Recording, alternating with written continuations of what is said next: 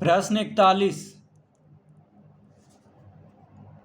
यदि A B और C D किसी वृत्त के दो बराबर चापकर्ण हो तो सिद्ध करें कि ए सी समानांतर बी डी। तो पहले एक वृत्त बनाएंगे यहां पे,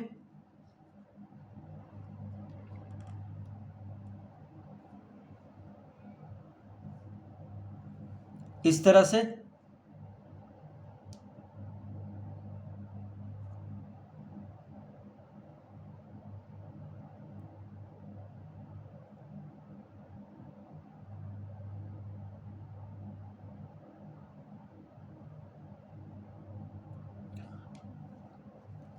तो इस तरह से परकाल और कलम के मदद से एक वृत्त बना लेंगे। इस वृत्त का केंद्र का नाम रखेंगे O।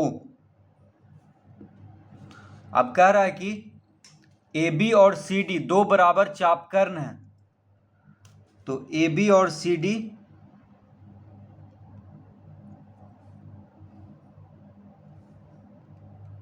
दो बराबर चापकर्ण बनाएंगे।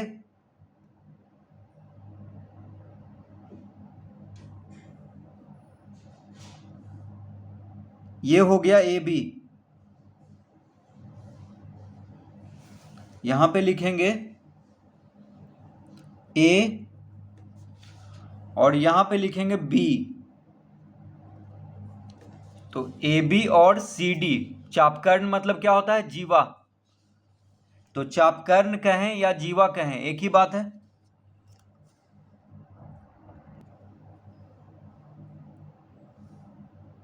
तो ये हो गया सी डी।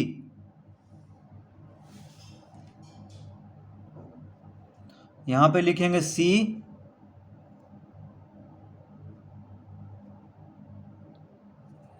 और यहां पे लिखेंगे डी। तो ए बी और सी डी क्या है? दो बराबर चापकर्ण है।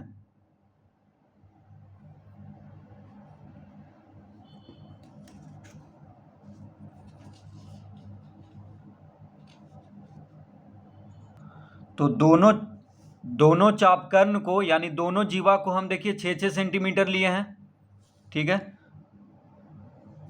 यहां पे देखने में ये बड़ा लग रहा है लेकिन दोनों है बराबर। तो बराबर से यहां पे सिर्फ मतलब है। तो सबसे पहले हम यहां पे लिखेंगे दिया है, तो जो दिया हुआ है उसको पहले लिख लेते हैं। दिया है, क्या दिया हुआ है? तो ए बी बराबर है सी डी के, ये दिया हुआ है। तो इसको हम लिख लिए ए बी बराबर सी डी। अब कुछ बनावट करेंगे यहां पे, तो लिखेंगे बनावट।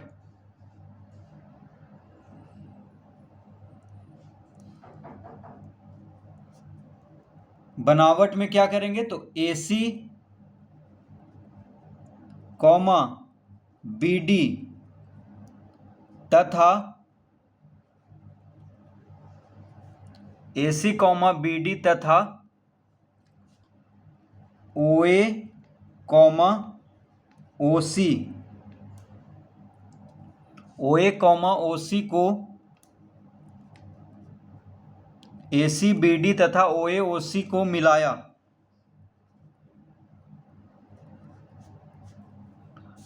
तो ए सी बी डी और ओ ए ओ सी को मिला लेंगे यहां पे।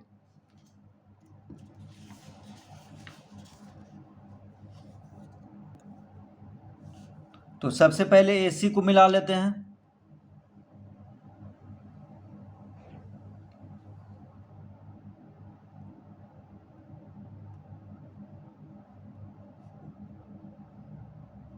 ए सी को मिला लिए, अब बी डी को मिला लेंगे।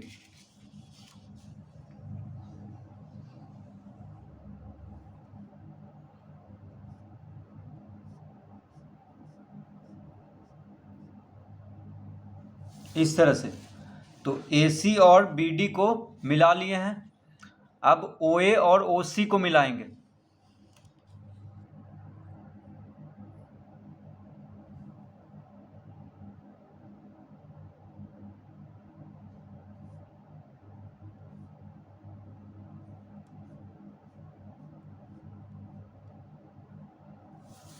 ओ ए को मिला लिए, अब ओ सी को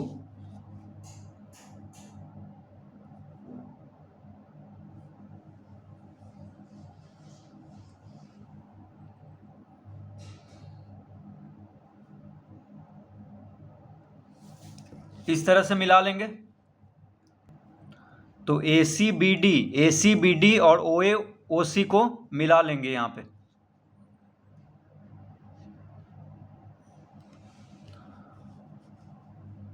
अब यहाँ पे हम लिखेंगे चूंकि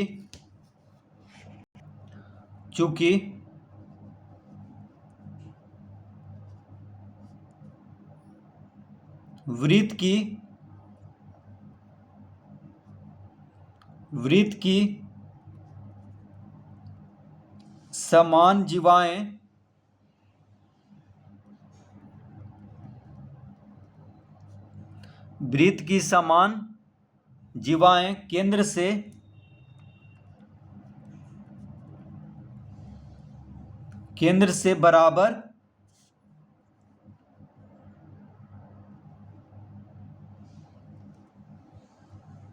केंद्र से बराबर दूरी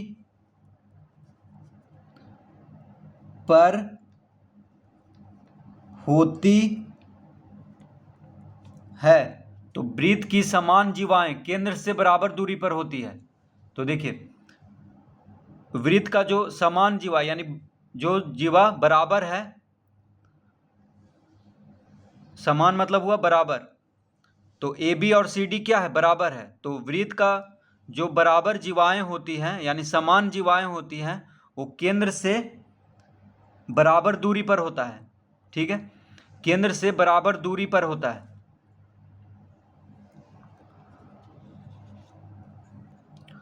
यानी केंद्र से और जीवा दोनों का दूरी क्या होता है, बराबर। तो उसके लिए हम यहां पे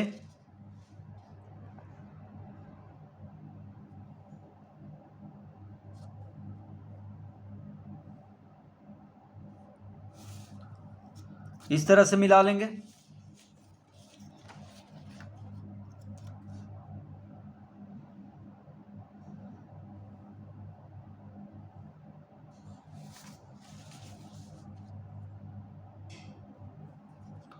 इसको हम नाम देंगे OE और इसको नाम देंगे OF। तो OE OF क्या है, यहां पे बराबर है। OE OF क्या है, बराबर है, क्योंकि बराबर जीवाएं केंद्र से यानी समान जीवाएं केंद्र से बराबर दूरी पर होता है। तो OE और OF बराबर है यहाँ पे, यानी केंद्र से जीवा तक की दूरी क्या है, बराबर है दोनों का। तो लिखेंगे अतः OE बराबर OF। OE और OF क्या हो जाएगा, बराबर। जहां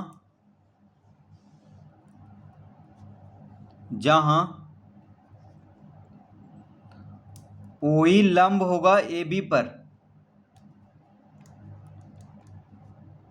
कॉमा OF लंब होगा CD पर।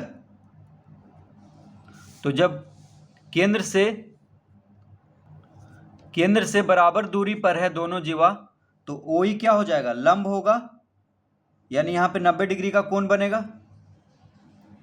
तो OE लंब होगा AB पर, तो OE लंब है AB पर, इसका मतलब यहां पे 90 डिग्री का कोण बन रहा है।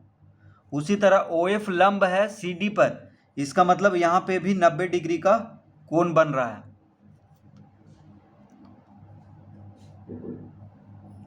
तो ये जो कोण होगा ये 90 डिग्री का होगा, ये दोनों कोण, क्योंकि OE और OF बराबर है,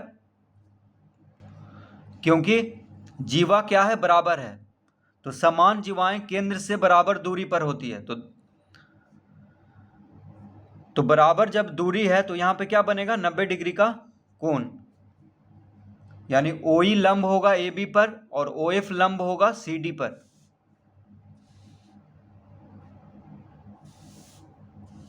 तो इस तरह लिख लेंगे।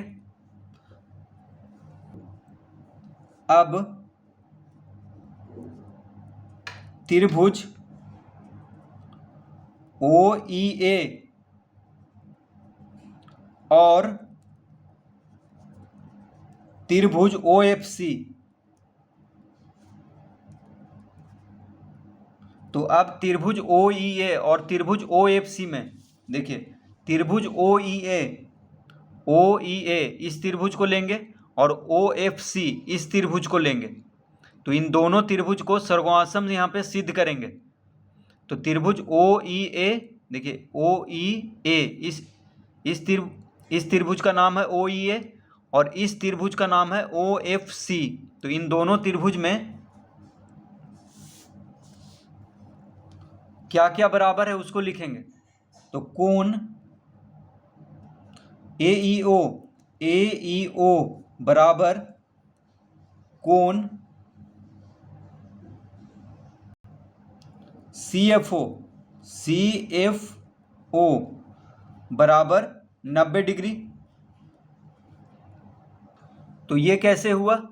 तो कोण ए ई ओ बराबर कोण सी एफ ओ बराबर 90 डिग्री, क्योंकि यहाँ पे ओ ई लंब है ए बी पर, तो यहाँ पे 90 डिग्री का कोण बन रहा है। तो कोण ए ई ओ, इस कोण को कहेंगे कोण ए ई ओ और इस कोण को कहेंगे कोण सी एफ ओ। तो ये दोनों क्या है? 90 डिग्री है, क्योंकि ओ ई लंब है ए बी पर और ओ एफ लंब है सी डी पर। तो देखिए यहाँ पे हम लिखेंगे, क्या लिखेंगे? पहला से। तो पहला कहाँ से आया? इसको हम पहला, ओ ई लंब है ए बी पर और ओ एफ लंब है सी डी पर और ओ ई बराबर ओ एफ, इसको हम पहला लिख लेंगे, क्योंकि यहाँ पे पता चलेगा कि कोण ए ई ओ बराबर कोण सी एफ ओ बराबर 90 डिग्री कैसे हुआ है। तो पहला से यानी इससे, क्योंकि ओ ई लंब है ए बी पर और ओ एफ लंब है सी डी पर, तो इसको पहला लिख लेंगे और यहाँ पे लिखेंगे पहला से। और क्या बराबर है? तो ओ ए बराबर ओ सी, ओ ए बराबर ओ सी क्यों हुआ? तो ये त्रिज्या है, वृत्त का त्रिज्या क्या होता है? बराबर। तो देखिए ओ ए ओ सी, ओ ए ओ सी क्या है? वृत्त की त्रिज्या है। ओ ए ओ सी केंद्र से वृत्त तक की दूरी को क्या कहते हैं? त्रिज्या। तो ओ ए और ओ सी यहां पे बराबर होगा, क्योंकि त्रिज्या है। उसके बाद लिखेंगे ओ ई बराबर ओ एफ, ओ ई बराबर ओ एफ। ये कैसे हुआ? तो पहला से, देखिए पहला से ओ ई बराबर ओ एफ, इसको हम पहला हम इसीलिए लिखे थे। तो ओ ई और ओ एफ बराबर है, क्योंकि वृत्त की समान जीवाएं केंद्र से बराबर दूरी पर होती है। तो ओ ई और ओ एफ क्या है? बराबर है। अब यहां पे तो लिखेंगे अतः त्रिभुज ओ ई ए सर्वासम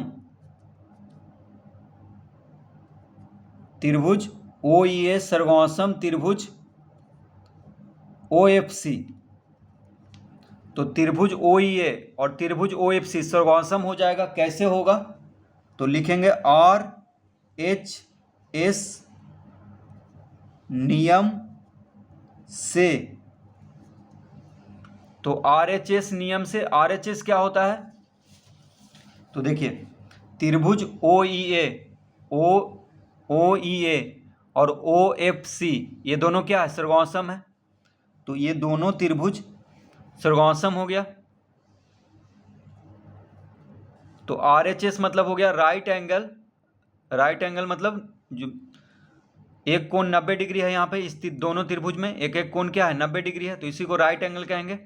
हाइपोटेन्यूज मतलब हो गया, आर एच एस मतलब हो गया right angle hypotenuse side. Hypotenuse मतलब कर्ण, तो ओ ए क्या है? कर्ण है।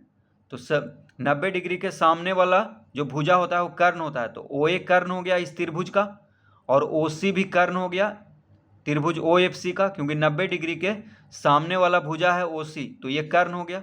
तो ये कर्ण देखिए बराबर है ओ ए और ओ सी बराबर है, और कोई एक भुजा तो ओ ई और ओ एफ भी बराबर है। तो आर एच एस यानी समकोण कर्ण भुजा, आर एच एस मतलब क्या हो गया, समकोण, समकोण हो गया 90 डिग्री, कर्ण, कर्ण ये हो गया उसके सामने वाला भुजा, तो समकोण कर्ण और एक भुजा तो ओ ई और ओ एफ बराबर है, तो इसी को कहते हैं समकोण कर्ण भुजा। तो समकोण त्रिभुज में कर्ण और कोई एक भुजा अगर बराबर है तो वो दोनों त्रिभुज क्या हो जाएगा, सर्वासम। तो समकोण कर्ण भुजा से ये दोनों त्रिभुज हो गया सर्वासम। तो त्रिभुज ओ ई ए सर्वासम त्रिभुज ओ एफ सी। अतः तो जब त्रिभुज सर्वासम है तो उसका संगत भाग भी सब सर्वासम होगा, यानी संगत भाग भी सब बराबर होगा।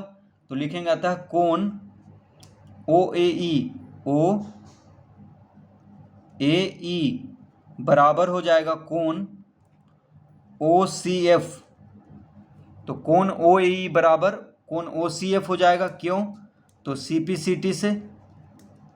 तो सी पी सी टी मतलब होता है सर्वासम त्रिभुजों के संगत भाग, तो सर्वासम त्रिभुजों के संगत भाग बराबर होता है। तो कोण ओ ए ई बराबर कोण ओ सी एफ। तो देखिए जब ये दोनों त्रिभुज सर्वासम हो गया है तो कोण ओ ए ई, ये जो कोण है इस कोण को कहेंगे ओ ए ई, और इस कोण को कहेंगे ओ सी एफ। इस कोण को क्या कहेंगे, ओ सी एफ। तो ये दोनों कोण बराबर हो गया। तो हमको इसी कोण से अभी मतलब है, इसीलिए इन दोनों को लिख लिए हैं कि कोण ओ ए ई बराबर कोण ओ सी एफ। तो ये दोनों कोण क्या हो गया, बराबर।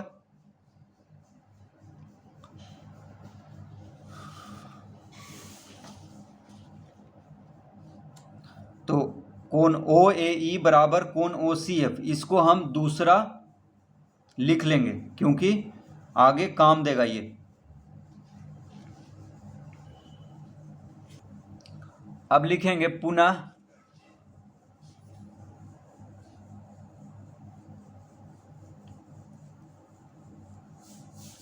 त्रिभुज ओ ए सी में, तो अब त्रिभुज ओ ए सी में देखेंगे।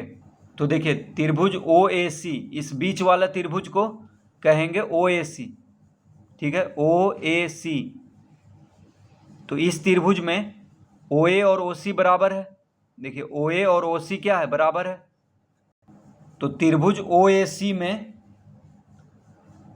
ओ ए बराबर ओ सी, ओ ए बराबर ओ सी क्यों बराबर है, क्योंकि ओ ए ओ सी क्या है, त्रिज्या है।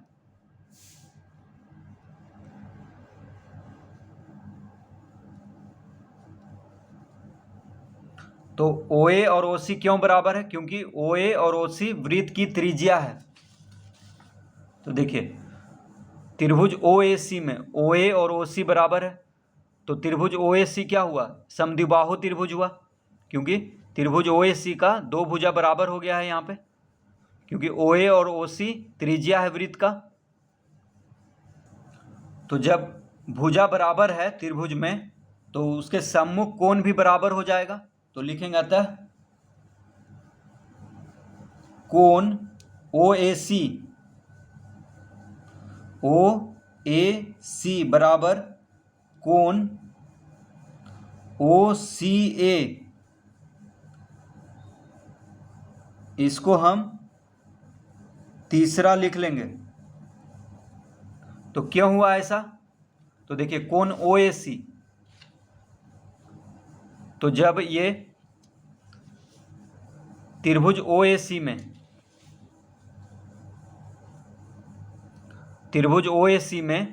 ओ ए सी में ओ ए ओ सी बराबर है, तो कोण ओ ए सी किसको कहेंगे, इस कोण को कहेंगे कोण ओ ए सी, और इस कोण को कहेंगे ओ सी ए। तो ये दोनों कोण बराबर हो जाएगा। देखिए ये दोनों जो कोण है ये दोनों कोण क्या हो जाएगा, बराबर, क्योंकि समान भुजा के सम्मुख कोण बराबर होता है। तो जब दो भुजा बराबर है इस त्रिभुज का तो उसके सम्मुख कोण भी दोनों बराबर हो जाएगा।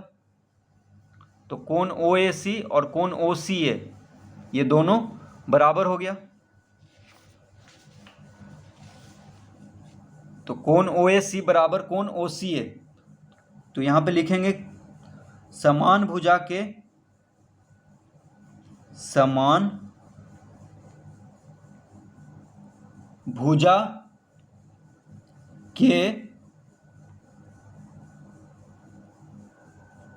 सम्मुख कोण। तो समान भुजा के सम्मुख कोण क्या होता है, बराबर। ठीक है, तो यहां पे हम लिख लिए। अब लिखेंगे अतः दूसरा और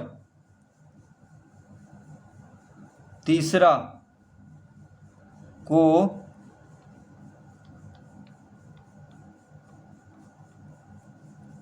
जोड़ने पर, दूसरा और तीसरा को अब हम जोड़ देंगे।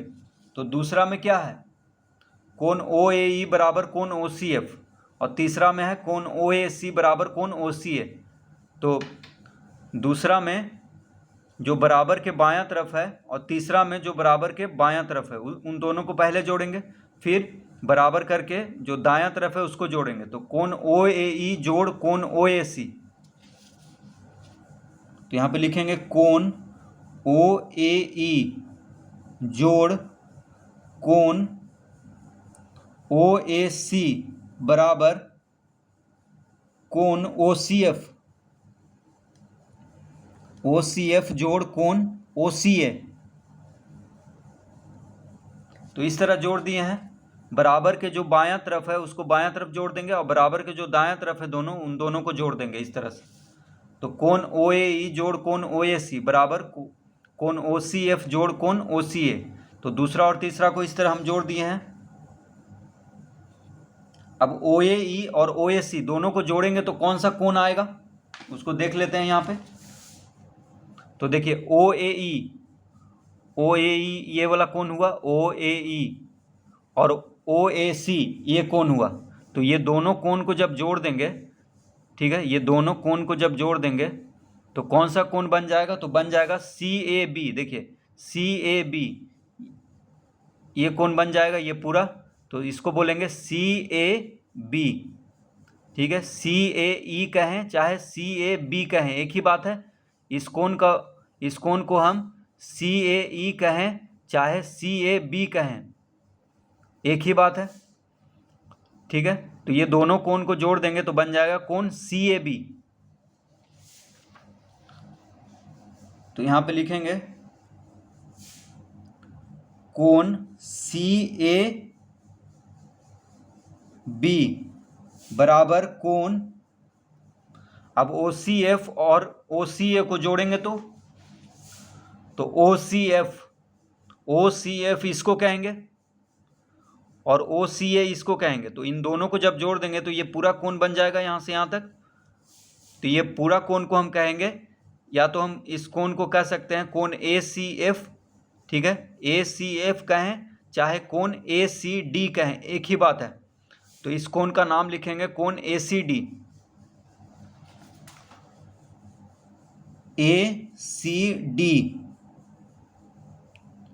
और इसको हम चौथा लिख लेंगे क्योंकि आगे काम में आएगा। तो कोण CAB बराबर कोण ACD।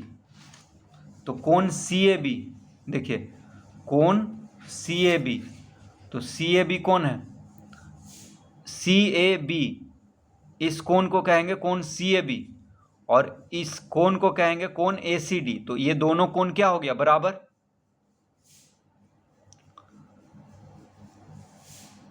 तो ये दोनों कोण बराबर हो गया। अब चक्रीय चतुर्भुज,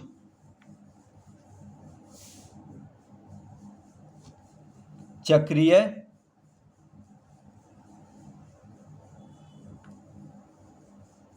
चतुर्भुज ABCD में तो अब चक्रीय चतुर्भुज ABCD में, अब यहाँ पे देखिए चक्रीय चतुर्भुज बन रहा है।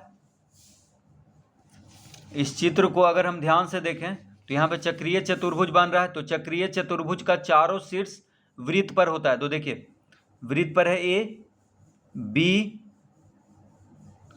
D C। तो चक्रीय चतुर्भुज ABDC में, तो चक्रीय चतुर्भुज में हम जानते हैं कि सम्मुख कोण का योग 180 डिग्री होता है। ठीक है, तो कोण, ये कोण B और कोण C, ये दोनों कोण का जोड़ 180 डिग्री होगा और कोण A और कोण D का जोड़ 180 डिग्री होगा। तो चक्रीय चतुर्भुज का सम्मुख कोण का योगफल 180 डिग्री होता है।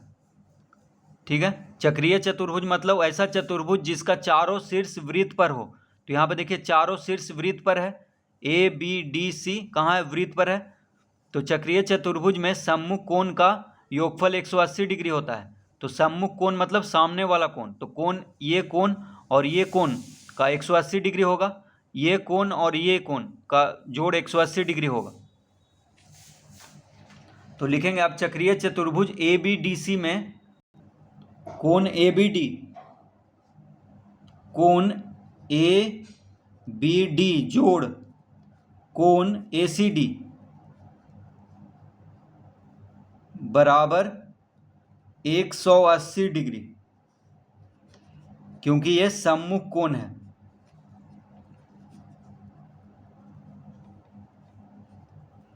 तो चक्रीय चतुर्भुज ABDC में कोण ABD जोड़ कोण ACD बराबर 180 डिग्री। तो यहाँ पे हम कोण ABD और कोण ACD को लेंगे। तो ABD इस कोण को ले रहे हैं और ACD इस कोण को ले रहे हैं। तो ये दोनों कोण का जोड़ 180 डिग्री होगा, क्योंकि ये सम्मुख कोण है चक्रीय चतुर्भुज का। अतः कोण ABD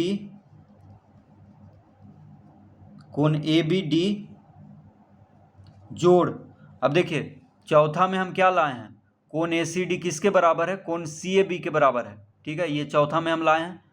तो कोण ACD जो है, कोण ACD और कोण CAB बराबर है। तो कोण ACD यहाँ पे भी आ गया। तो कोण ACD की जगह पे हम कोण CAB लिख सकते हैं। तो कोण ACD की जगह पे क्या लिख लेंगे, कोण CAB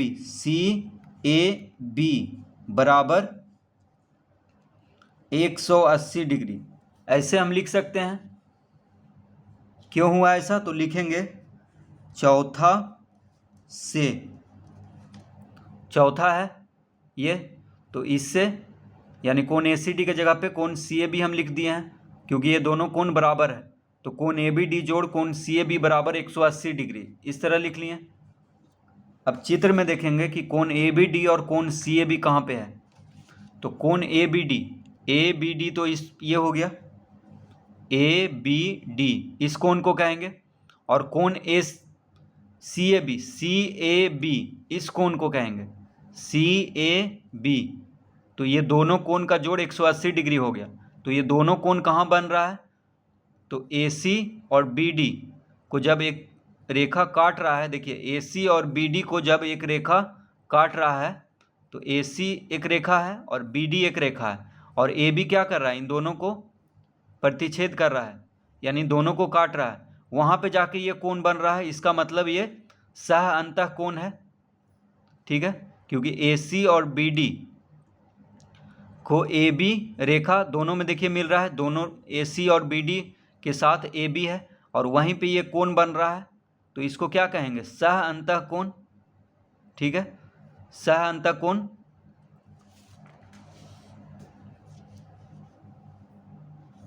तो लिखेंगे यहाँ पे लेकिन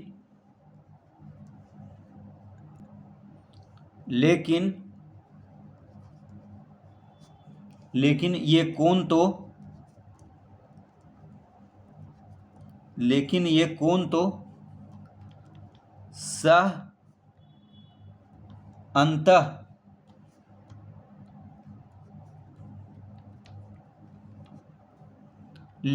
कोण तो सह अंतः कोण हैं, लेकिन ये कोण तो सह अंतः कोण है। तो सह अंतः कोण कब बनता है? जब सह अंतः कोण जब बन जाता है, इसका मतलब अतः AC समानांतर होगा BD के। तो सह अंतः कोण कब बनता है? जब दो रेखा समानांतर हो। तो देखिए,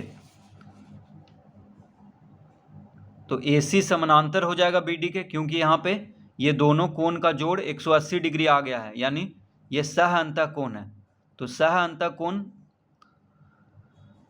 जब दो रेखा समानांतर रहता है तब बनता है। इसका मतलब जब ये दोनों कोण सह अंतः कोण है, इसका मतलब AC और BD क्या हो जाएगा? समानांतर। तो यही सिद्ध करना था कि AC समानांतर BD।